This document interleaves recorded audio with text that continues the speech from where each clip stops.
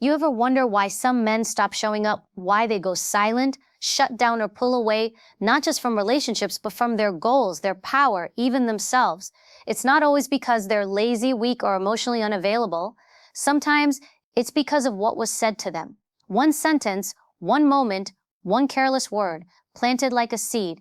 And if it's planted deep enough, it grows into silence, into withdrawal, into a man who no longer recognizes who he is. We live in a world that teaches men to be tough, but never teaches us how words can be weapons. Not the kind that leave bruises, the kind that leave doubt, the kind that don't echo out loud but repeat endlessly inside a man's head. You might think he should know better, he's strong, he can take it. But strength doesn't mean being numb. And silence doesn't mean it didn't cut him. It just means he's bleeding where you can't see it. This isn't about sugarcoating the truth. It's about understanding that the way we speak to a man can either build him or break something in him that he might never admit is broken.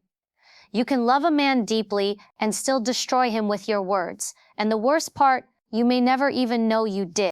So before we speak, before we let anger, fear, or disappointment become daggers, we need to understand the weight of what we say, because some things once said can't be taken back. And these are the ones you should never ever say to a man if you want to keep his trust, his fire, and his soul alive. Ready? Let's begin. Words are not just sounds, they are codes. They embed themselves in people, especially in men, in ways most of us never fully realize. From the moment a boy becomes conscious of the world around him, he begins absorbing what's said to him. Every phrase, every label, every offhand remark about who he is or isn't, what he can or cannot do, it gets stored. Maybe not visibly, maybe not immediately, but it all adds up. And if you think he forgets the words that cut, think again, he remembers. He remembers because those words are tied to something even deeper, identity. A man's identity isn't something he's born with fully formed, it's built, layer by layer through trial and failure, praise and criticism. But the strongest blocks of that identity come from what he hears, especially from the people closest to him. You might think he doesn't care, you might think he's brushing it off. You might even see him laugh, nod, or walk away like it didn't matter. But don't confuse silence with immunity. Men are not immune to language, they're just taught not to show the impact. You tell a man, you'll never be anything. You just branded his potential. You say, you're just like your father with a tone laced in disappointment. You just linked him to failure. Tell him he's not good enough. And that message doesn't stop with the moment. It echoes in his relationships, in his work, in his ability to take risks, to speak up, to lead, to dream. Because those aren't just statements to him, they become internal truths, adopted beliefs. And a man who believes he isn't enough will unconsciously find ways to prove that belief right. That's how powerful words are. This isn't about ego, it's about wiring.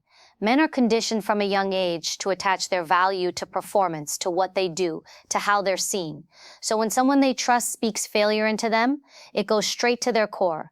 A careless insult about his intelligence doesn't just sting, it creates hesitation the next time he tries to assert an idea. A sarcastic remark about his strength doesn't just hurt, it stays with him when he needs to step up.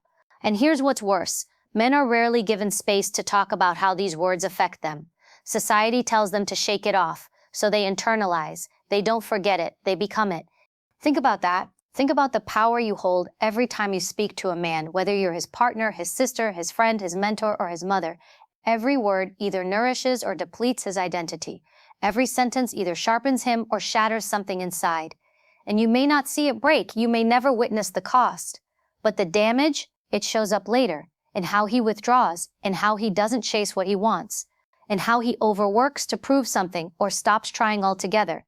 And if you're someone who cares, someone who wants to see the men in your life rise, not shrink, then understand this. Your voice matters. Your language carries weight. That doesn't mean you walk on eggshells. That doesn't mean you fake approval or withhold the truth. But it does mean you speak consciously.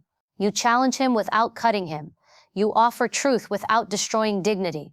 There's a massive difference between saying you disappointed me and you always mess things up. One is a moment, the other is identity.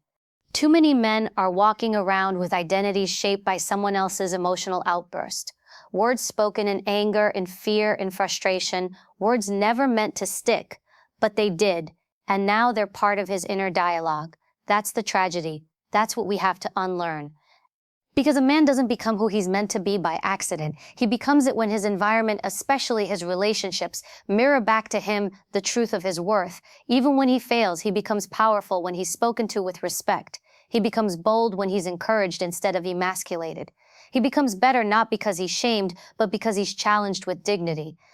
So next time you're about to say something in a moment of heat, ask yourself, is this a statement about what he did or a judgment on who he is? Because those are two very different things. One calls a man higher. The other chains him to a version of himself that isn't real, but might feel real because someone he trusted spoke it.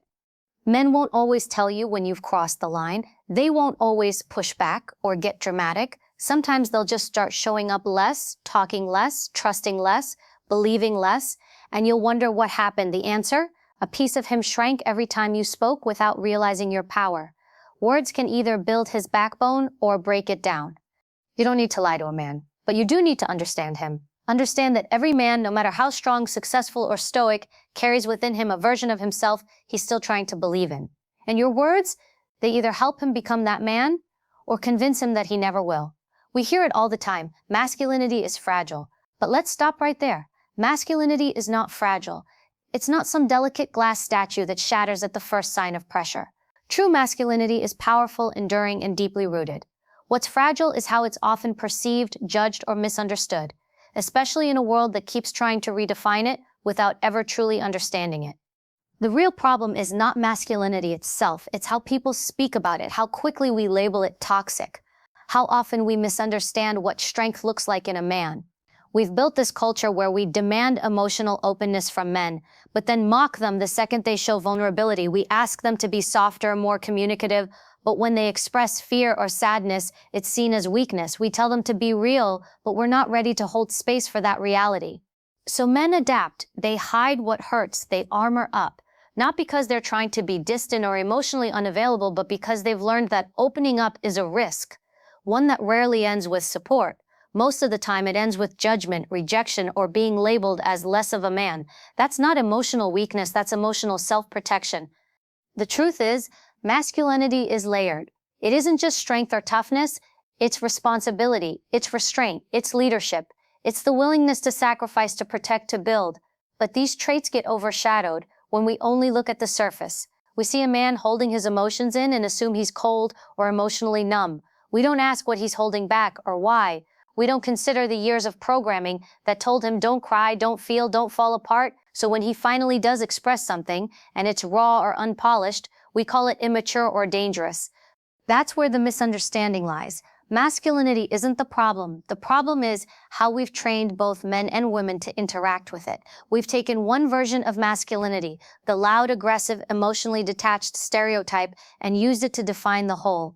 And in doing so, we've stripped away the richness, the emotional intelligence, the quiet strength that so many men actually possess.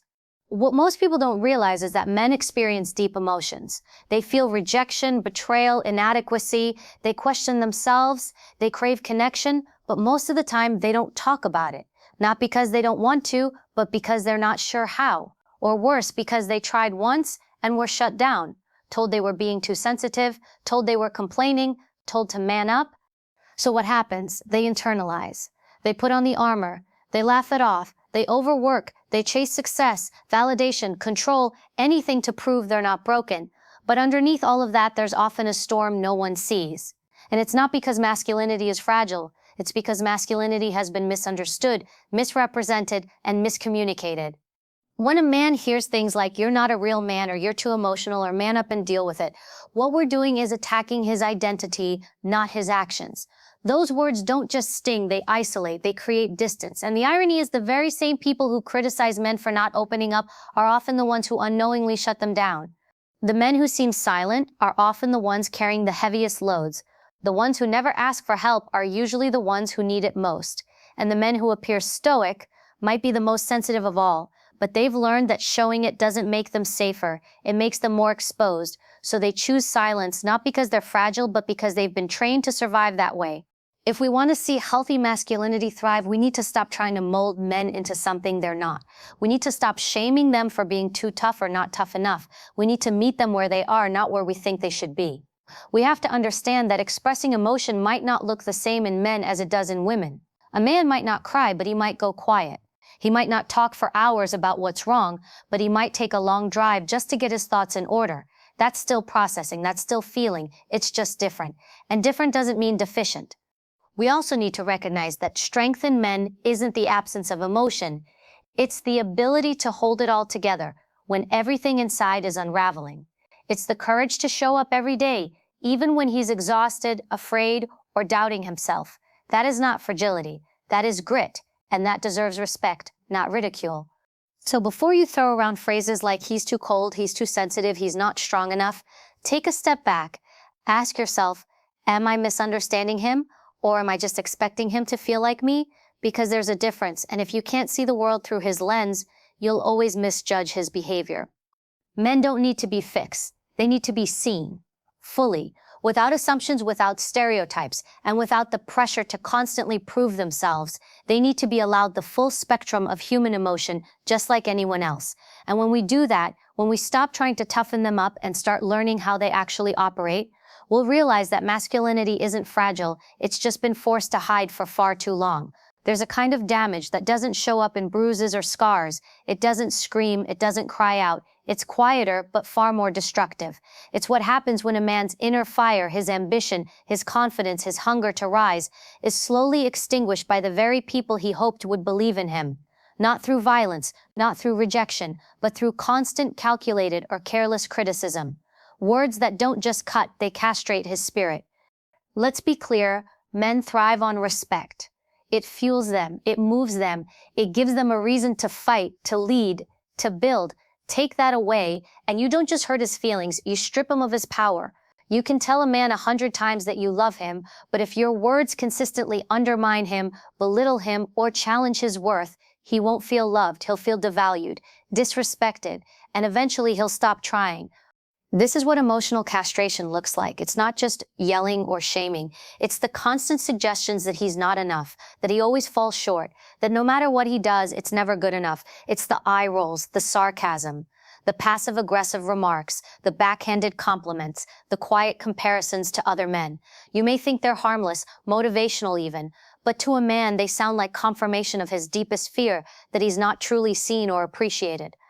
Men don't need perfection. They don't even need endless praise. But they do need to feel like their efforts matter, that who they are and what they bring is respected. When that disappears, so does their drive. A man who once chased dreams, led with vision, stood tall with confidence, begins to shrink. Not all at once, but slowly, day by day, moment by moment, until one day you look at him and wonder what happened to the fire in his eyes. The fire was starved, suffocated by criticism dressed up as just being honest. And here's the part people don't talk about. Most men won't fight back. They won't yell. They won't argue. They'll just shut down emotionally, sexually, spiritually. Because when a man feels like he's not respected, he stops performing. He stops giving. He stops showing up, not out of revenge, but out of defeat. This is especially dangerous in relationships. Intimate partnerships are where men are most vulnerable, where they let their guard down, where they hope to find safety from the world's expectations. So when the criticism comes from the person they trust most, it doesn't just hurt, it wounds something deep. And that wound affects everything: their self-esteem, their ability to provide, their sexual energy, their motivation to lead. Because masculinity is tied to purpose. And when you consistently make a man feel like he has none, you rob him of the very thing that makes him move. You may think you're pushing him to grow, that pointing out his flaws will somehow inspire him to be better. But growth doesn't come from shame. It comes from belief, from knowing someone sees more in you than you see in yourself. A man will walk through fire for a woman who respects him. He'll go to war for a partner who makes him feel like a king, even when he's feeling like a failure.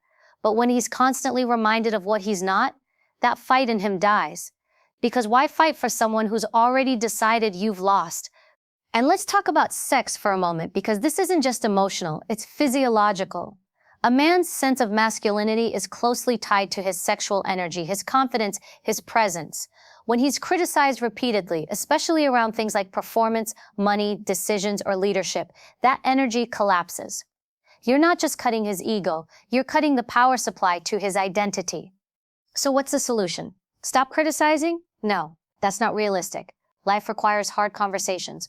But there's a difference between correction and condemnation, between calling out behavior and attacking character, between saying this action hurt me versus you're always a failure. One addresses a moment, the other destroys motivation. One builds the relationship, the other burns it down. If you want to keep a man's drive alive, respect him. Speak to what he could be, not just what he currently lacks. Remind him of what he does right, not just what he does wrong. Let your words be a mirror that reflects the strongest version of him, not just a magnifying glass on his flaws. Because here's the truth. Most men already know where they fall short. They carry those doubts with them. What they don't often get is someone who sees past their flaws and still believes in their greatness. That kind of belief is rare. And when a man finds it, he will rise. Again and again, he will show up. He will take the hits. He will fight for his purpose, his people, and himself. But when all he hears is what he isn't, what he lacks, how he's not measuring up, eventually he'll stop trying, not because he's weak, but because you've made him believe that no matter what he does, it will never be enough. So the next time you speak to a man, especially one you love, ask yourself, are your words building his drive or breaking it? Are you speaking to the man he is or the man you're afraid he'll never become? Because once his drive is gone, so is the man you once admired. Not because he left, but because the fire inside him was slowly, silently put out. Respect isn't just something a man wants. It's not a bonus or a perk or something you sprinkle on top of love when things are going well. For a man, respect is oxygen. Without it, he can't breathe emotionally, he can't thrive mentally, he can't function as the version of himself he's trying to become. You can love a man with your whole heart, but if you don't respect him, if your tone, your words, your actions constantly chip away at his dignity, he will feel unloved. Because for most men, love without respect doesn't feel like love at all. The modern world talks a lot about emotional needs, validation, vulnerability, connection, and all of those matter. But what gets ignored, especially in relationships, is how foundational respect is to the male psyche. It's not just about admiration or flattery. It's about how you speak to him when you're angry. It's about how you treat him when he fails. It's about whether you still see him as a man worthy of trust even when he's not performing at his best. Because that's the moment when your words hold the most weight. It's easy to respect someone when they're succeeding. When the bills are paid, the goals are being crushed, and he's showing up like the man you pictured in your head. But what about when he's unsure, when he's lost his job, when he's confused about his purpose? What about when he's not winning? That's when respect becomes critical. Because if a man can't find respect in his own home, in his relationship, in the people he's closest to, he'll stop fighting for everything else. A man will stay in a tough situation. He'll walk through failure, he'll battle self-doubt and exhaustion if he feels respected. But take that away and his spirit will begin to die. You might still see him go to work, handle responsibilities, make decisions, but inside he'll be shrinking. He'll be questioning himself. He'll start pulling back emotionally, physically, mentally, not out of spite, out of survival. And here's something most people don't understand. Respect doesn't always look like silence or submission. It doesn't mean you don't challenge him or that you agree with everything he says or does. Real respect can speak truth. It can set boundaries. It can hold someone accountable, but it never seeks to humiliate. It never tears down. It never turns disagreement into emasculation. Many women confuse being strong with being disrespectful. They think that to hold their own, they have to talk down, dominate, or mock. But the strongest women know that you don't have to diminish a man to stand in your own power. You can be assertive and kind, direct and respectful, firm and still make him feel like a man. Because respect is not weakness. It's a gift. It's something that says, I see who you are. I see what you're trying to become. And even when you mess up, I'm not going to treat you like you're worthless. That kind of respect doesn't just heal wounds. It builds legacy. It gives a man the confidence to keep going, to come back stronger, to fight harder for himself and the people he loves. You want a man to rise, respect him, speak to the man you know he can be, not just the one standing in front of you when he's having a bad day. Let your words remind him of his strength, not just highlight his flaws. Look at him with belief, even when he's doubting himself. That's what fuels a man. That's what keeps his fire burning when everything else feels uncertain. And don't confuse control with leadership. You don't need to constantly correct, advise, or manage him to be strong in the relationship. If he's with you, if he's showing up, trying, building, then trust that. Trust his process, let him lead in his way, and when he stumbles, don't immediately step in and take over. Offer support, yes. Offer perspective, but never take away his sense of agency. That's where respect lives, in giving space, not just giving help. Men carry a lot. They never talk about. They feel pressure to be providers, protectors, leaders, even when they're struggling inside. And the last thing they need is to come home or come close to someone who sees them not as human, but as a constant disappointment. If you think criticizing, mocking, or controlling will make a man change, you're mistaken. It'll make him withdraw. He may stay physically present, but emotionally, he's already packing his bags. Respect is oxygen. It's the thing that keeps his heart steady when life gets messy. It's what allows him to breathe deeply and stand tall, even when the world is weighing him down. Without it, he suffocates, slowly, quietly, until one day he stops trying, stops showing up, stops being the man he once believed he could be. And if you care about a man, if you really care, you won't wait until he's already gone to realize what your words and tone did. You'll start now. You'll speak to his strength, not his weakness. You'll correct with grace, not contempt. You'll hold him accountable without cutting his worth. Because the way you treat him in his lowest moments will define the man he becomes in his greatest. So love him, yes. Encourage him, yes. But above all, respect him, even when it's hard, especially when it's hard. Because that's not just how you love a man, that's how you keep him. That's how you help him become everything the world told him he couldn't be. There's a myth that telling the truth requires being harsh, that honesty only counts if it stings, that in order to wake someone up you have to break them down first. But truth, real truth, doesn't have to come wrapped in shame. It doesn't need to tear someone apart to be effective. In fact, when it comes to men, the way you deliver the truth is just as important as the truth itself. Say it the wrong way and it won't be heard. It'll be rejected, resented, and worse, it'll damage the very connection you're trying to strengthen. Most men are not afraid of truth. They're afraid of being humiliated by it. They're afraid that if they let someone too close, that person will use their truth, their flaws, their mistakes, their fears as ammunition instead of understanding. That's not paranoia. That's learned experience. You'd be surprised how many men have had their vulnerability turned against them by people they trusted. So they build walls, not because they hate honesty, but because they fear the way it's been weaponized. You can say something true and still be unkind.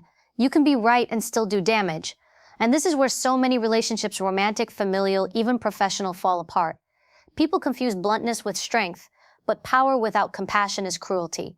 And when you speak to a man in a way that feels like judgment instead of guidance, you don't just risk hurting him, you risk shutting him down completely. Here's the truth about men. Most of them already know where they fall short. They may not say it out loud, but they carry it. The pressure to succeed, the fear of failure, the internal scoreboard that's constantly running in their minds. When you come to them with criticism, what they hear isn't just what you said, it's how you see them. Are you pointing out an issue because you believe in them, or because you're tired of them? That subtle difference in tone, body language, and delivery makes all the difference. If a man feels like the truth is coming from a place of disappointment, disgust, or superiority, he will resist it. He might get angry, he might shut down, or he might pretend to agree just to get the conversation over with. But none of those responses mean he's actually listening. And that's the tragedy, because so often there's a valuable message buried under layers of shame, but it gets lost, all because of the way it was delivered. So what's the alternative? It's not sugarcoating, it's not lying, it's not pretending everything's okay when it's not. It's learning to tell the truth with respect, with timing, with emotional intelligence. It means speaking to a man, not at him. It means pausing before you speak and asking yourself, am I saying this to build or to burn, to elevate or to punish? Because the most powerful truth is the kind that calls a man higher, not the kind that cuts him down. You can tell him he made a mistake without making him feel like he is a mistake. You can express frustration without erasing his value. You can give honest feedback and still let him walk away feeling seen, not shamed. Think about how much stronger men could be if they didn't feel like every confrontation was a threat to their identity. If they were allowed to fail without being labeled a failure. If they could be corrected without being degraded. That doesn't just make for stronger men, it makes for stronger relationships. Because where there is safety, there is growth. And when a man feels safe enough to hear the truth, he's far more likely to act on it. This applies in every arena: marriage, parenting, leadership, friendship. Men are not immune to feedback. But if they feel disrespected or diminished, they will either fight back or withdraw. Neither of those reactions creates change. What creates change is clarity with compassion, truth spoken with the intent to uplift, not to control. And don't confuse emotional tone with weakness. You can be firm without being cruel. You can be clear without being cold. You can say the hard thing, but do it with enough care that it actually lands. Because here's the thing, men remember how you make them feel far longer than they remember the exact words you used. If you consistently make them feel small, don't be surprised when they stop opening up. But if you consistently speak truth in a way that honors their dignity, you'll earn something most people never get: trust. That kind of trust changes everything. It makes space for growth. It allows for vulnerability. It creates a dynamic where a man doesn't have to be perfect to be loved, and in that space, he becomes better. Not because he's afraid of losing your respect, but because he knows he already has it. So the next time you feel the urge to correct, confront, or express a painful truth, take a breath. Choose your words wisely. Think about your tone. Consider the timing. Ask yourself if you're speaking to his mistake or attacking his manhood. Because there's a big difference between saying, "You let me down," and "You're a disappointment." One invites change, the other creates shame. And remember this, it takes strength to tell the truth, but it takes even more strength to tell it in a way that protects the person's soul while challenging their behavior. That's real communication, that's real connection. And when you learn to master that balance, you don't just speak truth, you speak power. Power that heals, power that transforms, power that makes the men in your life want to rise, not out of fear, but out of respect. So let's end this where it all began, with the undeniable truth that words are power, and when directed at a man, they become even more than that. They become definition. They shape how he sees himself, how he shows up in the world, and how he loves, leads, and lives. You may never fully grasp the impact of what you say, but make no mistake, he does. He hears it. He carries it. He builds his identity around it. This isn't about protecting fragile egos. It's about honoring the invisible weight that most men carry without complaint. It's about recognizing that even the strongest man has places where he doubts himself. And those doubts don't need to be deepened. They need to be met with respect, understanding, and truth that doesn't wound. If you want to empower a man, whether it's your partner, your brother, your son, or your friend, speak to his strength, not his weakness. Correct him without crushing him. Tell the truth, but strip the shame. Give him the kind of respect that fuels, not flattens. Because when a man feels respected, when he feels believed in, he becomes unstoppable. But take that respect away, belittle his worth, shame him with your words, and you don't just lose his attention, you lose his trust, you lose his fire, and sometimes you lose him completely. So choose your words like your influence matters, because it does. Speak like your voice can shape his world, because it will. And remember, it's not the volume of your words that creates impact, it's their intention. Don't fight him, don't fix him, don't fear him. Understand him, respect him, and speak life into him.